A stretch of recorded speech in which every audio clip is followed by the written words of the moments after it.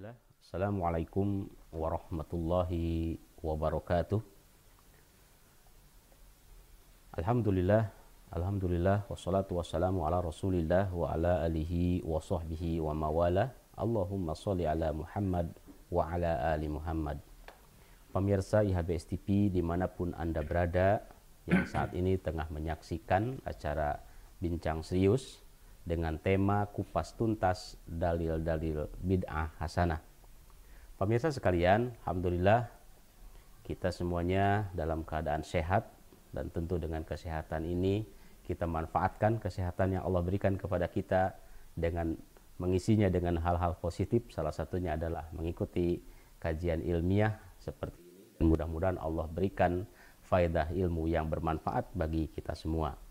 Sholawat serta salam semoga tetap tercurah atas junjungan kita, uswah hasanah kita, yaitu Nabi Muhammad SAW.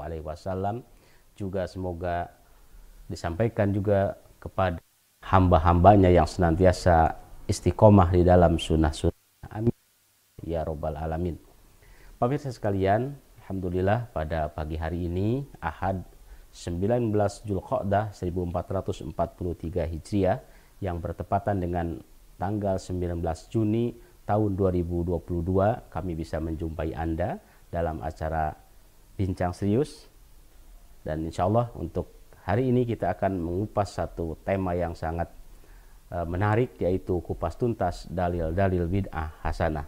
Alhamdulillah di ruang siar kami telah hadir narasumber utama kita, yaitu guru kita Ustadz Zainal Abidin LCMM Hafizullah. Baik, kita sapa terlebih dahulu beliau. Assalamualaikum warahmatullahi wabarakatuh, Ustaz. Waalaikumsalam warahmatullahi wabarakatuh. Gimana kabarnya, Ustaz? Alhamdulillah bikhairin wa Alhamdulillah. Insyaallah. Ini sudah di akhir-akhir penghujung masa kuliah nih, Ustaz, nih udah baru selesai, Ustaz ya. Insyaallah sebentar lagi ujian tertutup. Iya, amin. Insyaallah. Kita semuanya mendoakan mudah-mudahan Allah berikan kemudahan dan kelancaran Ustaz dalam menyelesaikan studinya, dan kita bisa mengambil faedah ilmu yang telah dipelajari Ustaz. Amin insyaallah. Baik Ustaz, hari ini kita akan membahas satu tema, yaitu kupas tuntas tentang dalil-dalil bid'ah hasanah. Nah, bid'ah atau penyakit yang saat ini ya, mungkin nggak hanya saat ini, dari dulu ya sudah berkembang di masyarakat, yaitu TBC ya, takhayul, bid'ah dan khurafat. Ini menjadi penyakit kayak semacam virus yang lebih bahaya sebetulnya dari COVID-19 ya. COVID-19 menggerogoti fisik, ini menggerogoti akidah gitu saja, itu lebih berbahaya. Dan itu katanya tumbuh subur di satu ladang yang sangat subur, yaitu masalah taklid. Taklid ini menjadi satu ladang bagi tumbuh suburnya TBC tadi. Dan hari ini kita fokus ke masalah bid'ahnya, Ustaz.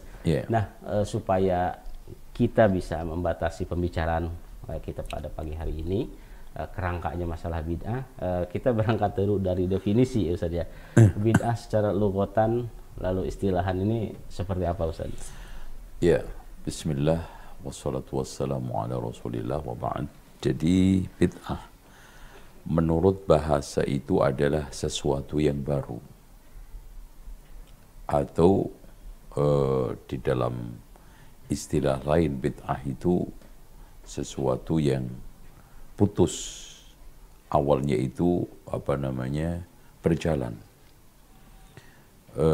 dan ini memberikan satu sambungan kepada makna istilah, di mana bid'ah di dalam istilahnya itu adalah membuat putus syariah, ya.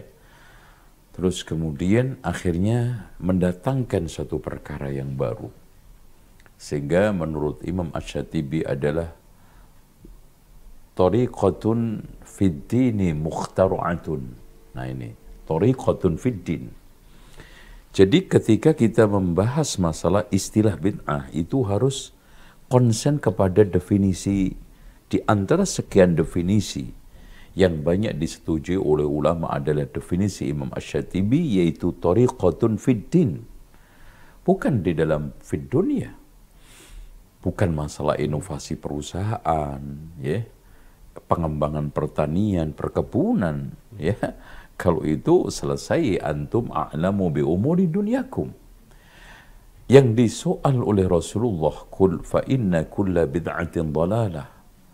Yang disoal oleh para sahabat, ya, ittabi'u wa la tabtadi'u, kata Ibnu Abbas, ikutilah, jangan melakukan satu kebid'ahan. Itu adalah tariqatun, tata cara fiddini, dalam beragama, mukhtara'atun, yang diada-ada, tudahi asy-syari'ah, untuk menandingi sehingga nampak mirip, yuqsadu bisuluki 'alaiha ma yaqsudu bit tariqati syar'iyyah.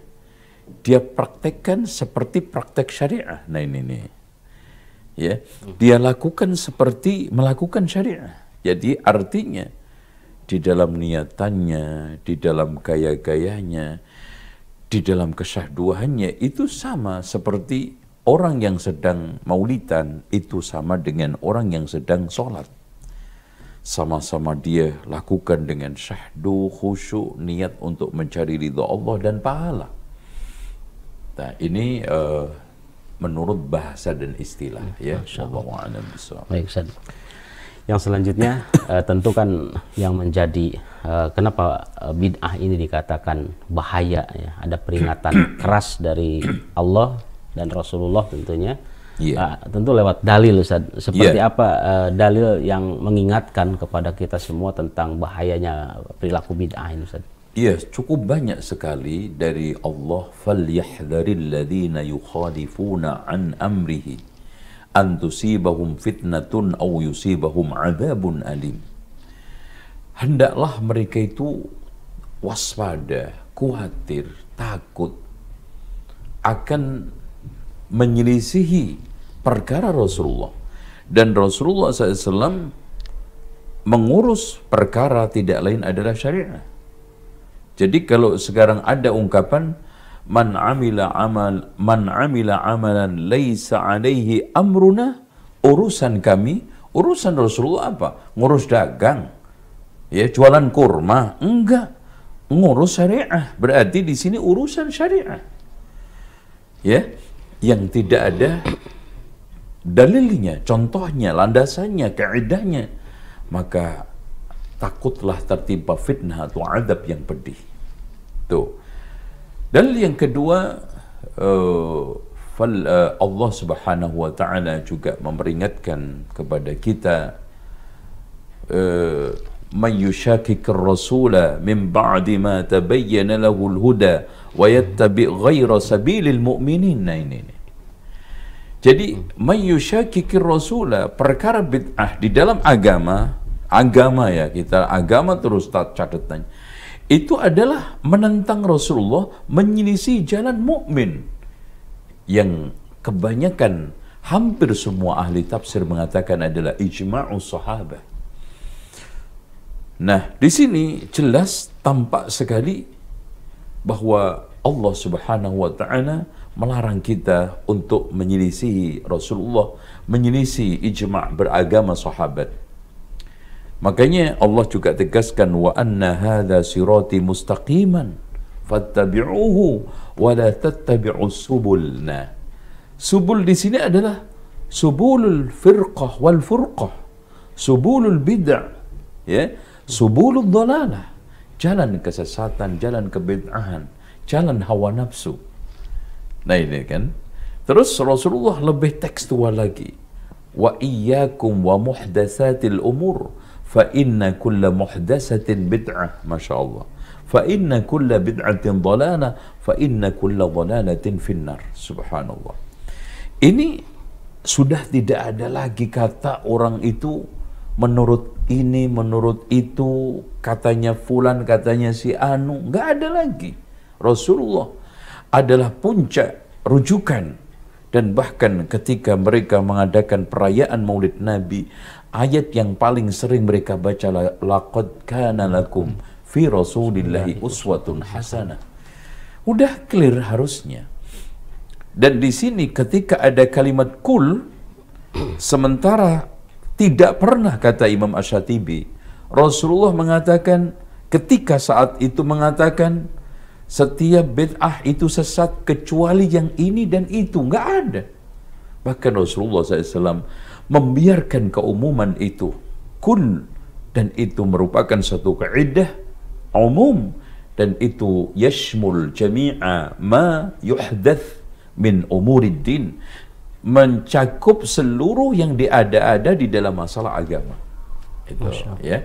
Ini dalil-dalilnya. Apalagi kalau kita ungkap dari ucapan sahabat tabi'in, Masya Allah. Ya, saya yakin kita tidak akan cukup 2 jam untuk menyampaikan pernyataan-pernyataan mereka tentang masalah bahaya bid'ah itu. Wallahu a'lam bishawab. Masya Allah, Ustaz. Yang selanjutnya, Ustaz, dari dikatakan di akhir dari bahwa kula bid'atun dolalah, kula dolalatun finar itu, Ustaz. Bahwa setiap kesesatan itu ya tempatnya di neraka gitu, Ustaz ya. Apakah seluruh pelaku bid'ah itu akhirnya akan berujung di neraka, Ustaz? Nah, ini penting. Jadi maaf ya, kadang-kadang di sini udah pada tokoh sudah ngerti kitab, kadang-kadang jamaah itu setengah dibodohin. Dibodohinnya begini ya. Tadi yang ditanyakan tentang apakah setiap bid'ah itu akan berakhir di neraka, Ustaz? Nah, ini di dalam teks hadis itu tidak pernah ada satu kalimat Rasulullah SAW menjustifikasi pelaku. Yang diungkapkan di soal Rasulullah adalah perbuatan. Dari sini kita bisa mendapatkan kesimpulan bahwa setiap perbuatan yang begini-begini di neraka, itu kan tidak otomatis yang berbuat itu kita justifikasi, kita kasih suatu istilahnya stempel bahwa langsung dia di neraka. Bahkan ada satu hadis yang lebih terang loh daripada hadis ini, yaitu ketika Rasulullah ditanya seorang perempuan, ya Rasulullah, ada seorang perempuan yang rajin sholat puasa dan sedekah, tetapi dia tidak menjaga lisan. Rasulullah secara tekstual mengatakan hiya finnar, ya, menstempel pelakunya. Ini nggak main-main ini. Kalau di dalam hadis Rasulullah tentang bid'ah itu perbuatannya. Karena kenapa kita mengatakan tidak secara otomatis yang melakukan suatu perbuatan bid'ah itu di neraka? Kenapa tidak kita katakan seperti itu?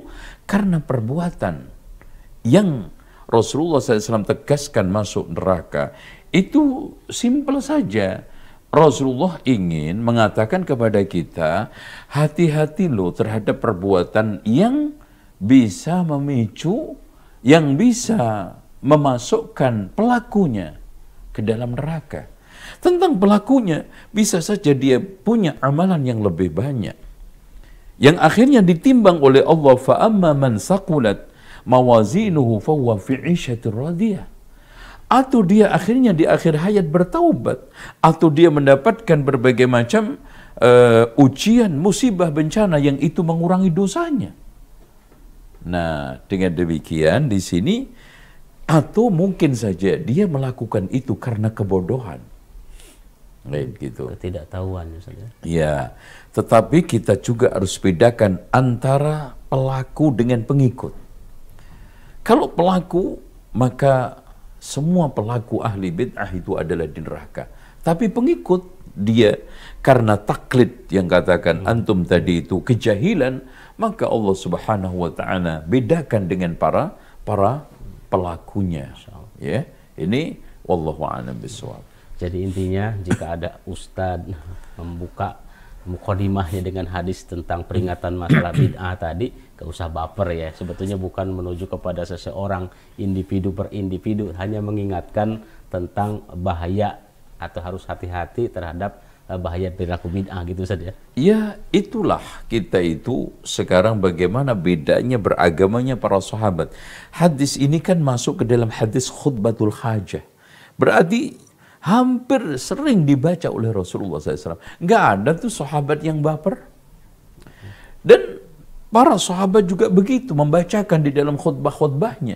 Tidak ada tuh satupun tabi'in yang baper.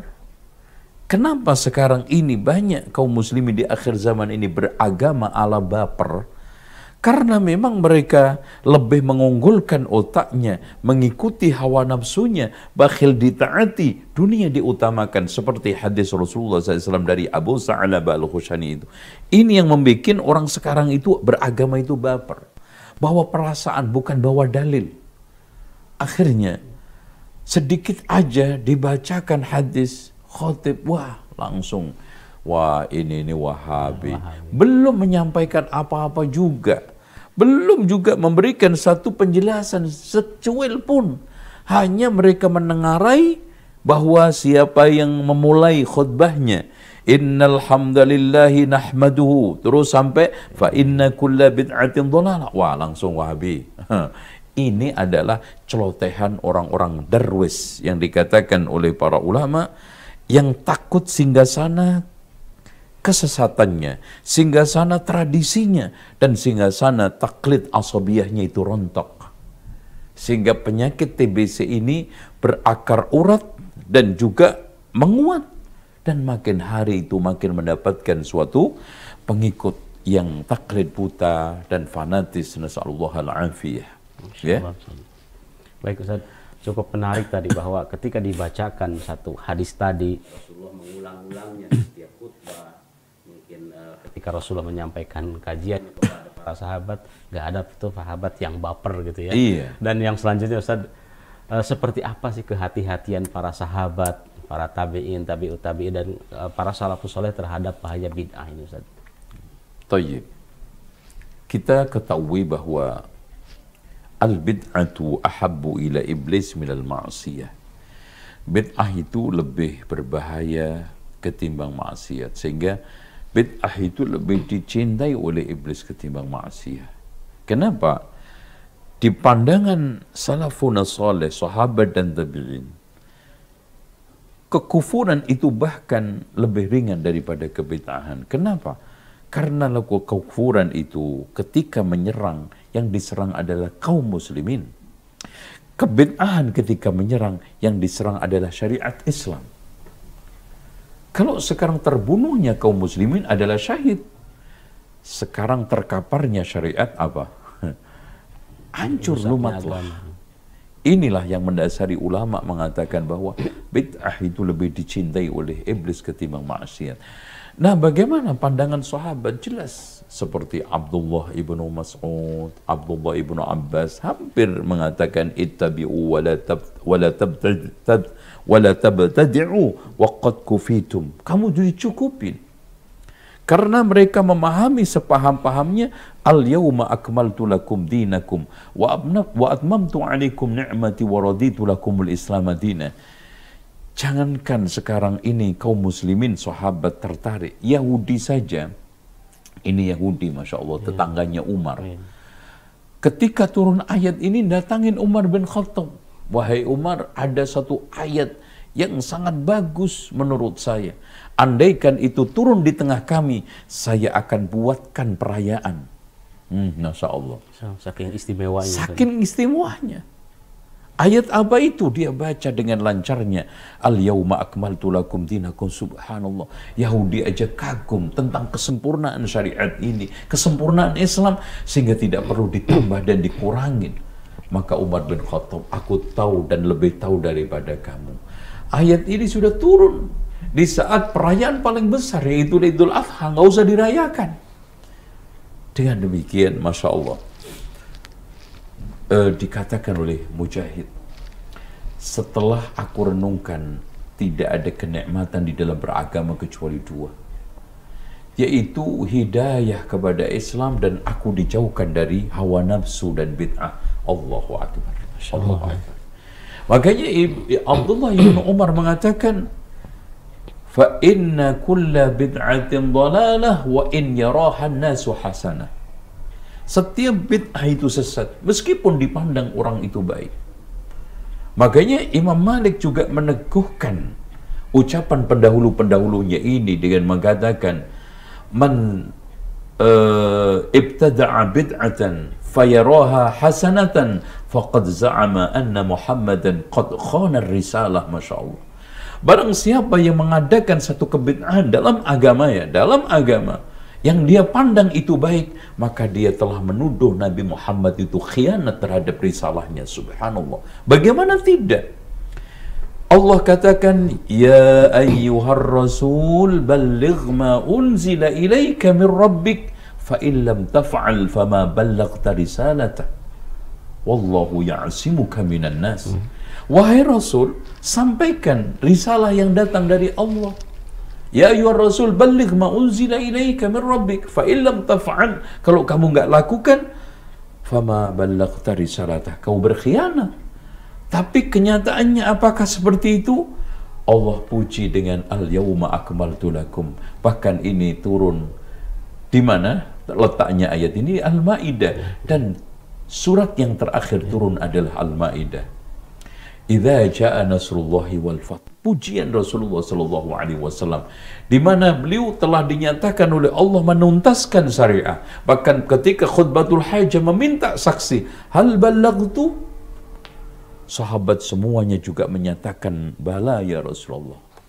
Dari sini menunjukkan bahwa nggak mungkin ada yang kelewat, nggak mungkin ada sunnah susulan, nggak mungkin Rasulullah SAW alfa. Bahkan semua dituntaskan, disampaikan, sehingga Allah Subhanahu wa Ta'ala apresiasi karya besar Rasulullah yang telah menyampaikan syariat secara sempurna. Surat Al-Maidah, al-yawma akmaltu lakum dinakum. Hari ini telah aku sempurnakan agama Islam untuk kalian. Wallahu a'lam bishawab. Baik, insyaallah.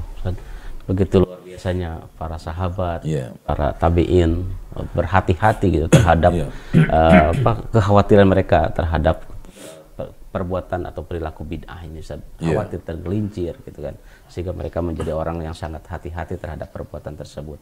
Nah, kalau kita komparasi dengan kehidupan masyarakat kaum muslimin saat ini gitu, ketika disampaikan ayat-ayat, hadis-hadis terhadap bid'ah tadi, pasti bilangnya kalau gitu udah naik haji aja katanya, pakai unta itu pasti itu dalil yang jadi urp gitu ya di masyarakat terus nggak usah pakai handphone, nggak usah pakai speaker di di musola gitu kan. Lalu berikutnya ini pemegang kunci surga lagi ngomong gitu. Nah, bagaimana Ustaz memandang fenomena semacam ini di masyarakat Ustaz? Pertama, ini adalah dalilnya anak kecil, walaupun umurnya secara kronologis sudah umur 60. Tapi otaknya ini masih otak anak-anak. Jadi ini seperti anak-anak. Semua yang dia makan manis, disenangi, diambil nangis-nangis. Akhirnya semua yang asin dikatakan garam. Padahal keringat juga asin, opel juga asin. Aduh ya. Jadi begini, tidak semua yang baru itu kita celah. Tidak semua yang sekarang ini baru kita harus perangi. Kita harus singkirkan. Kita nyatakan itu sesat. Kita batasi formula masalah bid'ah ini adalah bukan di dalam formula E atau macam-macam, formulanya adalah formula agama. Ya, spesifikasinya adalah spesifikasi agama. Perkara baru di dalam agama tentang masalah dunia. Antum a'lamu bi umuri dunyakum. Sekarang Anda membuat layar televisi segi 4, segi 6, silahkan. Bikin sekarang ini ban mobil itu segi 8, ya monggo. Dulu itu pakai cangkul, sekarang bulldozer pertanian, silahkan. Dulu itu pakai unta, haji bahkan pakai jalan kaki, sekarang pakai pesawat. Masya Allah, maslahat. Itulah yang disebut dengan al-masalihul mursala. Sesuatu maslahat yang tidak ada larangan dan juga perintahnya. Mursalah. Silahkan. Di dalam masalah dunia semua, inovasi-inovasi. Permasalahan kita sekarang ini, di dalam masalah agama kita kreatif, membuat bid'ah. Di dalam masalah dunia, kreatif. Minim kreativitas. Iya, kreativitasnya nggak ada, nol. Sehingga kita itu menjadi sasaran barang produksi. Menjadi bangsa yang konsumtif. Karena apa? produktivitas kita terkuras di dalam masalah-masalah bid'ah. Modifikasi agama. Modifikasi agama paling kenceng dan paling hebat. Inilah kelemahan kaum muslimin. Sehingga suatu hujah yang sangat kerdil, kalau tidak ada di zaman Rasul, muka lo juga nggak ada zaman Rasul, bid'ah dong. Anak kecil. Kalau sekarang bid'ah, jangan pakai speaker kalau kajian. Kalau haji jangan pakai pesawat, anak kecil.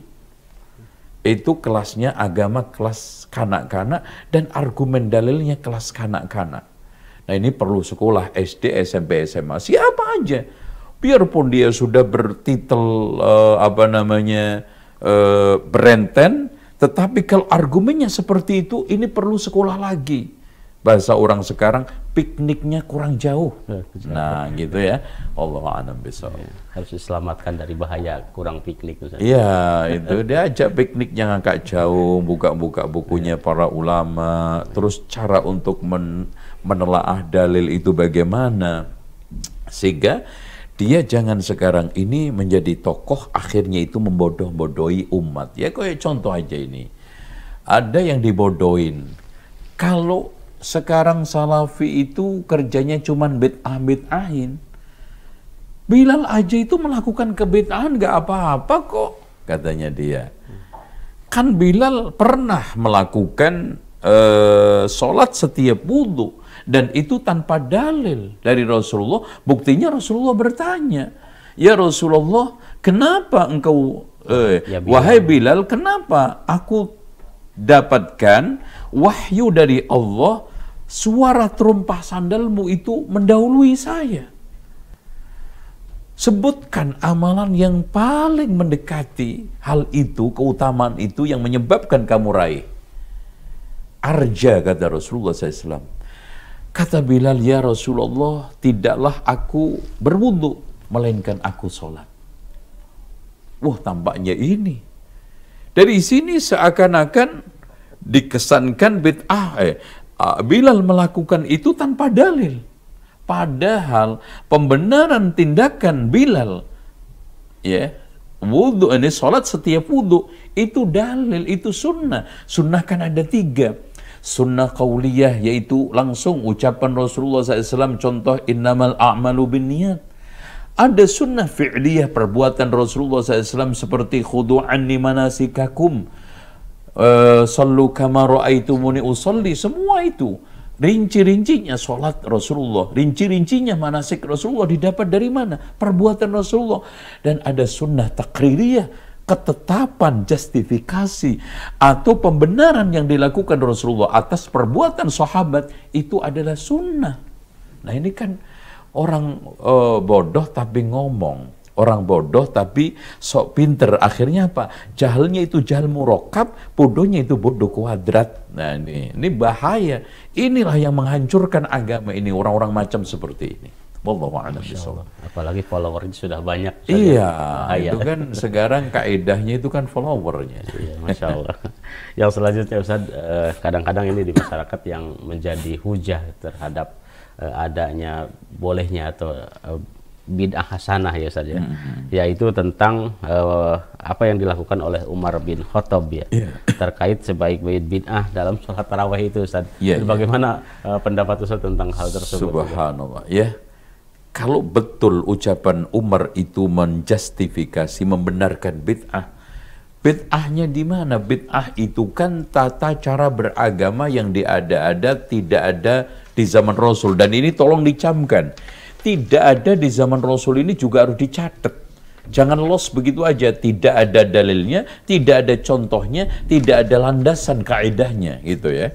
Maka itu bid'ah.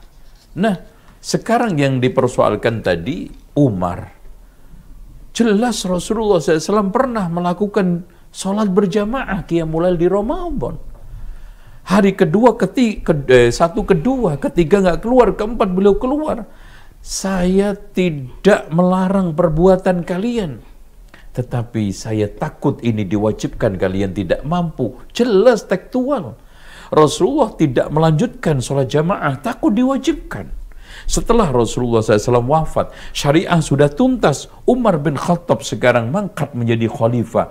Dan tidak ada kemungkinan untuk tambah kurang syariah karena sudah selesai. Maka Umar bin Khattab mengadakan itu. Sehingga tidak ada kekhawatiran lagi untuk diwajibkan. Akhirnya ketika itu ada orang yang menyela gitu loh Mas ceritanya. Ini orang nggak banyak tahu tentang kalau hadis itu asbabul wurudnya, ya, atau kalau bisa kita katakan background pembicaraan Umar itu apa, gitu. Umar ketika itu dicela orang, Umar, kamu mengadakan sholat tarawih seperti ini, apa nggak bid'ah? Bahasa kasarnya orang Jawa Timur itu, nek bid'ah ngopo, gitu. Kalau bid'ah kenapa loh? Kan gitu kata orang Betawi. Ni'matil bid'ati. Ya, siapa bilang ini bid'ah? Kalau itu kamu katakan bid'ah, ini adalah sebaik-baik bid'ah. Tapi tidak begitu. Istilah kasarnya itu ingin ngomong singkat dan ingin mematahkan ucapan orang tersebut supaya diem. Kalau bid'ah lo mau ngapain? Gitu loh. Seperti juga pernah ini sama yang dilakukan Umar bin Khattab. Pernah Umar bin Khattab habis buang hajat baca Al-Quran. Itu baca Al-Quran. Kemudian ada orang yang menegur, wahai Umar, kamu habis buang hajat gak wudhu membaca Quran. Amusailamatul kadzab aftak? Apakah Musailama al-Kadzab yang memberi fatwa kamu gak boleh? Itu. Jadi hal-hal yang seperti ini sering dilakukan oleh Umar untuk mendiamkan orang. Diam loh, jangan banyak ngomong, nggak tahu lagi, kan gitu loh. Kasarnya orang sekarang itu. Nah ini mereka-mereka yang sudah ngelontok bahasa Arabnya, ngelontok kitabnya, kenapa gak tahu yang begini-begini gitu loh. Ya, wallahu a'lam bishawab. Baik, Ustaz, Masya Allah. Dan untuk selanjutnya ada juga yang cukup menggelitik gitu terkait dengan masalah bid'ah gitu yang menjadi dalil ya, istilahnya yang penting cari dalil lah belakangan. Lakukan dulu, nah carilah dalil-dalil yang cocok. Salah satunya dalil yang mereka kemukakan adalah apa yang dilakukan oleh Imam Syafi'i katanya, yang mengakui bahwa bid'ah itu dibagi jadi dua, hasanah dan dolalah dan hasanah. Bagaimana menurut Ustaz tentang pendapatnya Imam Syafi'i ini? Ini nih bahayanya ini kalau orang yakin dulu baru cari dalil. Harusnya cari dalil dulu baru yakin. Ya. Ini enggak. Mereka itu yakin dulu, mengamalkan dulu, cari dalil belakangan. Akhirnya ngotot. Padahal ucapan Imam Syafi'i itu kalau benar, ya, adanya bid'ah hasanah sama bid'ah dhalalah sama. Seperti ucapan para ulama bahwa yang dimaksudkan bid'ah hasanah dalam masalah-masalah urusan dunia, inovasi-inovasi di dalam masalah senjata perperangan, inovasi di dalam pertanian, inovasi di dalam masalah-masalah teknologi, monggo silahkan. Itu merupakan suatu perkara yang diada-ada yang baik. Tetapi di sana ada bid'ah madhmumah. Imam Syafi'i yakin yang dimaksudkan adalah tariqatun fid din mukhtara'atun. Karena nggak mungkin Imam Syafi'i itu akan membenarkan bid'ah hasanah, karena beliau sendiri mengatakan man istahsana faqad syarra'a. Barang siapa yang menganggap baik di dalam suatu agama, dia telah membuat syariat. Dan Imam Syafi'i apalagi mengatakan in sahhal hadis fa huwa madhhabi. Tidak mungkin terbersit di dalam benak Imam Syafi'i akan membenarkan suatu praktek yang sudah dicela oleh Rasulullah, yang sudah sekarang ini dikatakan dhalalah oleh para sahabat, yang sudah dinyatakan sebagai parasit di dalam agama ini, yaitu setiap bid'ah itu adalah sesat. Nggak mungkin. Kemungkinan yang tertinggi kalau ucapan Imam Syafi'i itu benar, maka yang dimaksudkan adalah perkara-perkara inovasi dunia. Dan simpel saja kata Imam Ibnu Taimiyah, andaikan itu benar ucapan Imam Syafi'i, maka ucapan Imam Syafi'i harus kita tolak demi untuk mempertahankan ucapan Rasulullah. Karena Imam Syafi'i mengatakan sendiri, in sahhal hadisu fahuwa madhhabi. Jangankan ucapan Imam Syafi'i, ucapan sahabat Abu Bakar, Umar aja ketika dibenturkan dengan ucapan Rasulullah, Ibnu Abbas mengatakan apa? Hampir-hampir hujan turun dari atas langit menimpa kalian sebagai musibah. Bagaimana saya katakan qala Allah, qala Rasul, kalian katakan qala Abu Bakar, qala Umar. Ibnu Abbas sangat marah sekali. Ucapan Allah dan Rasulnya dibenturkan dengan ucapan Abu Bakar, Umar. Padahal alaikum bisunnati wa sunnatil khulafa'ir rasyidin. Mereka sudah dijamin surga. Apatah dengan Imam Ahmad, Imam Syafi'i? Kalau memang begitu, maka kita tetap yang menjadikan panglima utama sami'na wa ata'na adalah hadis Rasulullah SAW, ayat Allah Subhanahu wa ta'ala, sunnah Rasulullah yang mengatakan wa ma yantiqu 'anil hawa in huwa illa wahyun yuha. Wallahu a'lam bishawab. Masya Allah, Ustaz. Baik Ustaz, untuk selanjutnya kalau kita tarik waktu lebih akhir lagi saat ini ke beberapa ulama ya, perkataan para ulama. Contoh misalkan perkataan dari Syekhul Islam Ibnu Taimiyah rahimahullah, bahwa ahlus sunnah adalah orang yang paling tahu kebenaran dan paling cinta terhadap manusia. Apa maksud dari perkataan beliau seperti itu? Iya betul. Imam Ibnu Taimiyah mengatakan fa ahlus sunnati a'lam bil haqqi wa arham bil khalqi. Jadi ahli sunnah wal jamaah itu paling tahu terhadap kebenaran. Karena apa? Kebenaran itu sumbernya dari Al-Quran dan Sunnah. Ya, sumbernya dari ayat-ayat Allah Subhanahu wa Ta'ala. Ya, oleh karena itu kita sekarang ini bisa kita tegaskan bahwa apa yang sekarang telah dinyatakan oleh Rasulullah Sallallahu Alaihi Wasallam itu suatu kebenaran, maka semuanya harus sami'na wa ata'na. Ya, wallahu a'lam bishawab. Dan selanjutnya Ustaz, dalam konteks keindonesiaan gitu Ustaz. Saat ini kan masalah bid'ah ini sebetulnya kan bukan berkembang saat ini saja ya, sudah sejarahnya sudah panjang juga di Indonesia ya Ustaz. Seperti kita ketahui di kajian-kajian Ustaz sebelumnya bahwa Islam datang itu kan sebetulnya sudah jauh waktu ya, bahkan di zaman para sahabat juga orang-orang atau banyak penyebar Islam yang datang ke Indonesia, dan tentu dengan ajaran yang Islam yang relatif masih murni gitu ya. Lalu muncullah mulai kan bid'ah-bid'ah di masa-masa selanjutnya Ustaz. Nah, bagaimana tokoh-tokoh atau ulama-ulama Nusantara ini Ustaz menyoroti dan mengingatkan kepada kita terkait masalah bid'ah ini? Ya Masya Allah ya. Sebetulnya polemik masalah bid'ah, masalah Islam murni di Islam itu sudah, di Indonesia itu sudah lama. Dan subhanallah di sana ada suatu tulisan monumental yang patut untuk dicatat dengan tinta emas. Kemudian kalau bisa kita rupakan berbentuk figura, kemudian kita kasihkan kepada mereka-mereka yang suka membenar-benarkan bid'ah hasanah, kemudian mencela negara-negara Saudi, Arab yang lainnya yang menjaga Islam murni, mereka fitnah dengan Wahabi. Dengarkan ucapan Soekarno ya. Founding father negara Indonesia. Iya, ini di bawah bendera revolusi ini ya. Ini penting ya. Nggak tahu mereka punya buku ini atau enggak. Kalau dia punya buku, insya Allah ngomongnya itu agak ilmiah ya. Seperti apa Ustaz itu? Ya, tidak seperti orang-orang yang awamernya. Kalau dikit-dikit nggak ada zaman Rasul bid'ah, muka lo juga nggak ada zaman Rasul, nah itu nggak bakal keluar. Nih dengarkan.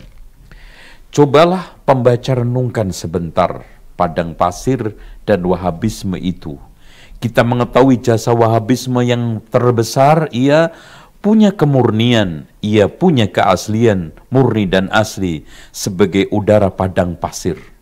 Kembali kepada asal, kembali kepada Allah dan Nabi, kembali kepada Islam sebagai di zamannya Muhammad. Allahu Akbar.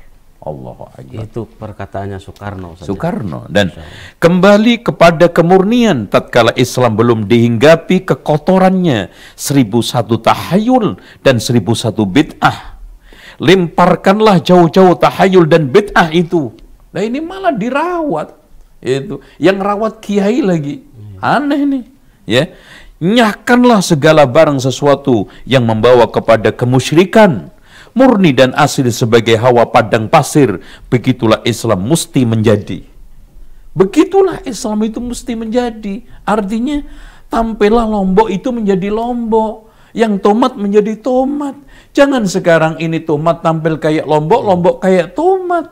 Orang Islam tampil kayak Hindu, Hindu tampil kayak Islam. Juga nggak lucu, kan gitu. Udara padang pasir juga angker, juga kering, juga tak kenal ampun. Juga membakar, juga tak kenal puisi. Tidaklah Wahabisme begitu juga. Ia pun angker, tak mau mengetahui kompromi dan rekonsiliasi. Ia pun tidak kenal ampun, leher manusia ia tebang kalau leher itu memikul kepala yang otaknya penuh dengan pikiran bid'ah dan kemusyrikan dan kemaksiatan. Masya Allah, ya.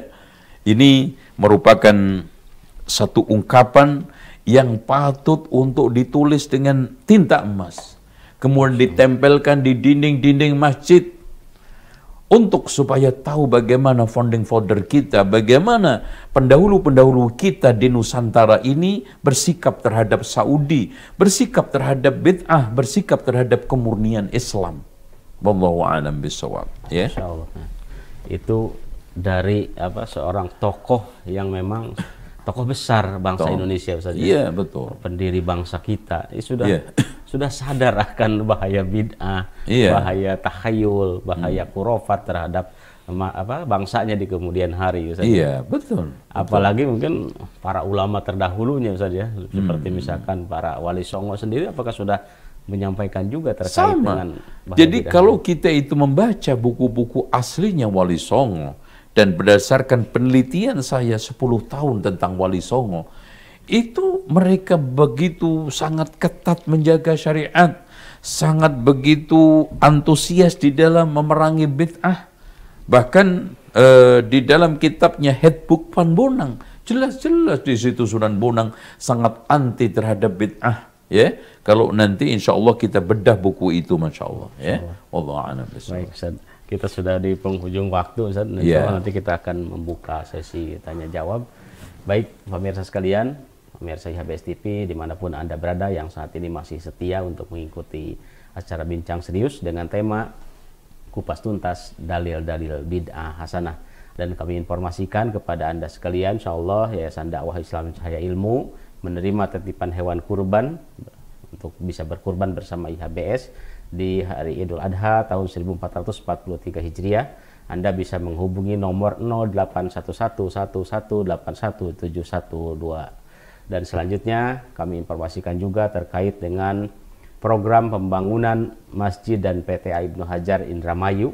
Anda bisa berpartisipasi untuk program pembangunan PTA Ibnu Hajar Indramayu. Insya Allah akan memberikan beasiswa 100% kepada para santrinya dengan mendonasikan bantuan Anda ke Bank BSI di nomor rekening 263618590. Mudah-mudahan Allah Subhanahu wa taala memberikan kemudahan bagi kita semua dalam peroleh rezeki yang halal, dan Allah berikan kemudahan untuk Anda semuanya untuk berjuang di jalan Allah Subhanahu wa taala dengan cara mendonasikan sebagian rezeki Anda di jalan dakwah. Baik, Ustaz, untuk selanjutnya ini ada beberapa pertanyaan yang sudah masuk terkait dengan masalah bid'ah dari hamba Allah, dari hamba Allah di Bogor. Baik, pertanyaannya, Ustadz, apakah ada korelasi antara bid'ah, perilaku bid'ah dengan kemerosotan moral, lalu diakhiri dengan datangnya kaum imperialisme Barat di Indonesia, Nusantara khususnya, itu Ustadz? Iya, perlu diketahui bahwa sebab munculnya bid'ah itu adalah satu karena kebodohan, dan pasti ada korelasi karena keterjajahan itu akan menyulitkan atau akan membentuk manusia ketidakterdidikan, minim pendidikan, sehingga di sana akan menimbulkan satu bangkai berikutnya, yaitu apa? Bangkai taklid. Nah, taklid ini juga lahir daripada itu semuanya. Kemudian taklid ini akan juga melahirkan bangkai yang berbahaya lagi, ya, yaitu fanatis. Karena dia akan kagum terhadap yang ditakliti, dia akan serta-merta mengambil begitu saja ucapan orang yang diikuti. Nah, yang tidak kalah pentingnya juga, yang tidak kalah mengerikannya adalah sesuatu sikap yang ini dibenci oleh siapapun, mengikuti hawa nafsu dan mendahulukan ra'yu. Karena nggak ada dalil. Akhirnya apa? Dia berucap dengan ra'yunya. Dia berpendapat dengan ra'yunya, dengan nafsunya.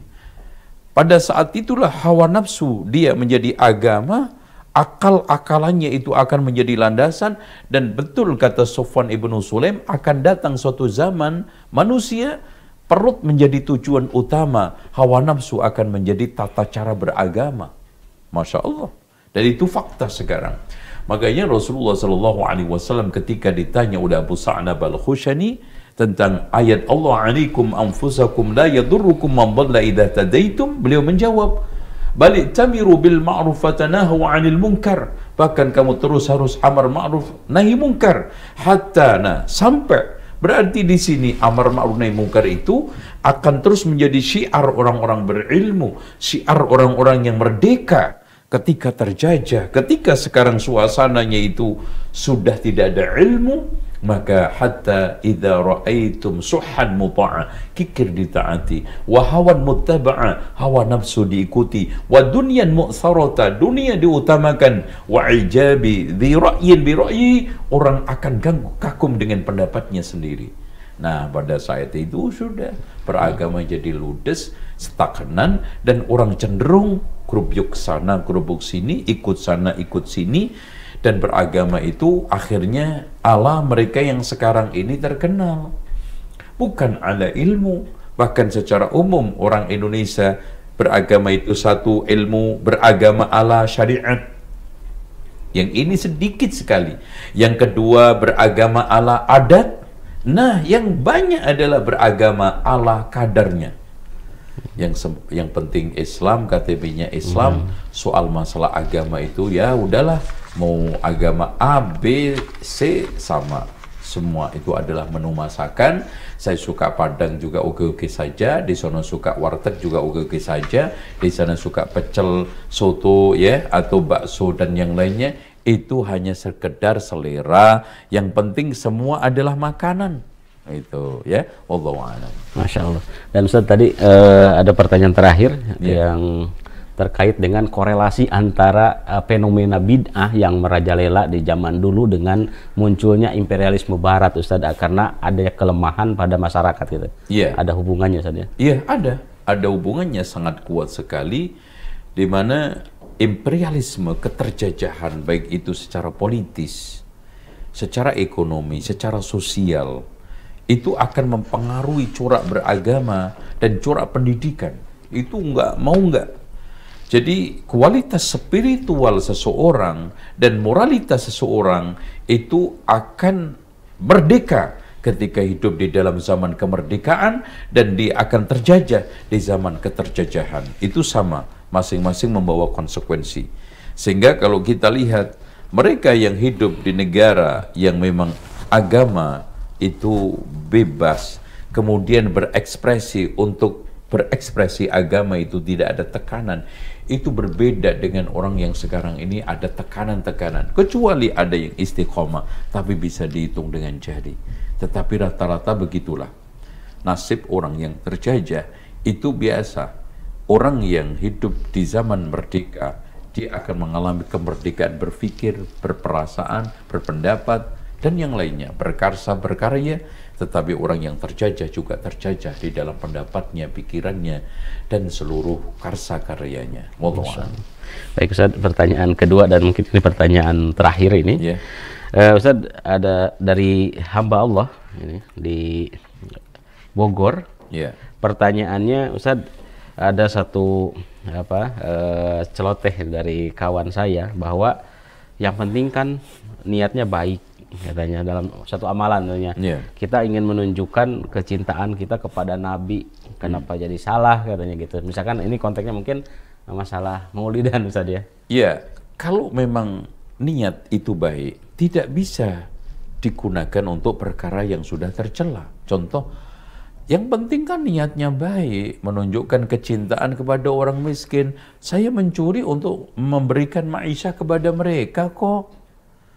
Yang penting kan niatnya baik, dan nanti di sana di dalam rangka untuk ya kita bersilaturahmi. Judi kan nggak apa-apa. Saya bisa ketemu dengan teman-teman untuk silaturahmi, dan di sana juga nanti ada kelebihan-kelebihan keuntungan saya juga sumbangkan ke masjid. Apa sih jeleknya perjudian? Saya juga Masya Allah ngumrohin orang 40, bahkan 50 dengan korupsi saya 5 miliar. Ya, saya juga bangun masjid, saya niatnya juga tulus korupsi itu untuk itu semuanya. Bahkan supaya orang-orang yang tidak mampu haji ini bisa haji, sehingga rukun Islamnya itu terpenuhi. Bahkan dia bisa umroh, melihat Ka'bah, memakmurkan Masjidil Haram, Masjid Nabawi. Kan bagus. Ya, apalagi judinya adalah judi kolosal. Kita bisa bersilaturahmi sekampung, 2 kampung, 3 kampung. Jeleknya apa sih silaturahmi itu? Sementara Rasulullah mengatakan, man ahabba yubsatalahu rizqu wa yunsa'lahu ajalu falyasil rahimah. Barang siapa yang ingin diluaskan rezekinya, dipanjangkan umurnya, hendaknya silaturahmi. Judi kan cuma sarana, seperti sarana mau geng motor, sarana geng mobil, itu saja sarana. Kita juga nggak serius-serius banget kok judinya. Yang penting silaturahminya, yang penting hasilnya buat sodako. Apa bedanya orang ngomong ini sama ini? Kalau dikomparasi gitu. Iya, jadi kalau sudah jelek, diniatin baik nggak bisa berubah, Mas. Itu kan gitu. Umpamanya, saya juga berzina, itu kan nyenengin pelacur. Dia dapat pelanggan, kan untung. Coba kasihan, saya pernah lihat pelacur itu semalaman nggak dapat pelanggan. Nah, anak itu dalam rangka kasihan, Mas. Anak juga nggak minat-minat banget gitu loh. Ya, saya itu pengen sedekah ke pelacur lah, kasihan dia juga punya anak, ya, bahkan dia itu menjanda. Kan rata-rata mereka itu pelacur juga masalah ekonomi. Saya kasih kelebihan oleh Allah, Mas, alhamdulillah. Nah, jeleknya di mana? Masya Allah, ini aliran positivisme, ya, positivisme. Na'udzubillah. Penting niatnya kan. Iya. Masya Allah.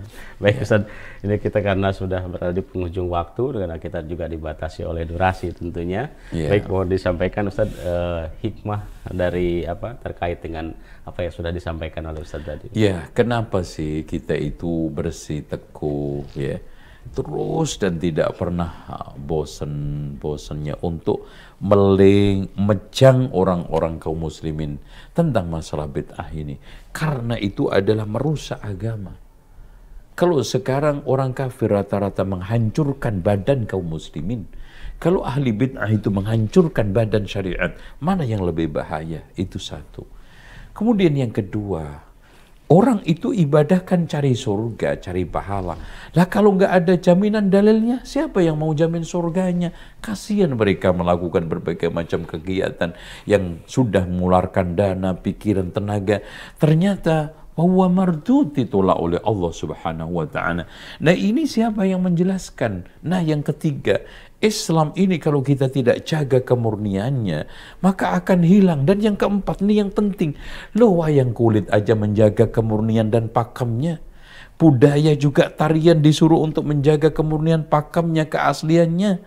Ya, bahkan kreasi-kreasi yang sekarang ini merubah pakem budaya tersebut, itu banyak yang mengkritisi. Kenapa orang yang sekarang menjaga pakem syariat dipersoalkan? Kenapa orang yang menjaga kemurnian syariat dipermasalahkan, bahkan disalahkan? Nah, ini yang kita ingin tegaskan. Dengan demikian, kita nggak maksud apa-apa, nggak ada sentimen apa-apa. Kita hanya menyampaikan wejangan Rasulullah. Prinsip ahli sunnati wal jamaah kembali kepada Al-Quran dan Sunnah. Kalau tidak ada dalilnya, maksudnya tidak ada dalilnya, tidak ada contohnya, tidak ada landasan kaidahnya, maka itu tinggalkan. Wong yang sekarang ini ada dalilnya aja, kadang-kadang nggak kita laksanakan semua. Ya, kurang kerjaan banget kita itu nyari-nyari yang nggak ada. Ayo, kita sekarang ini mulai punya moto. hanya dengan dalil kita masuk surga. Ana nggak mau keluar keringat kalau nggak ada surganya. Itu kita ulang-ulangi terus. Insya Allah kita akan bisa menjaga kemurnian Islam ini. Biiznillah. Wallahu a'lam bishawab. Baik, terima kasih Ustaz atas ilmu yang telah disampaikan. Dan pemirsa sekalian, pemirsa IHBS TV yang semoga dirahmati Allah Subhanahu wa taala, terima kasih atas kebersamaan Anda dari awal sampai akhir, dan kami ucapkan terima kasih bagi para penanya. Mudah-mudahan mendapatkan faedah ilmu atas jawaban Ustadz yang sudah disampaikan tadi, dan insya Allah kita akan bertemu di sesi-sesi selanjutnya. Baik, terima kasih. Wassalamualaikum warahmatullahi wabarakatuh.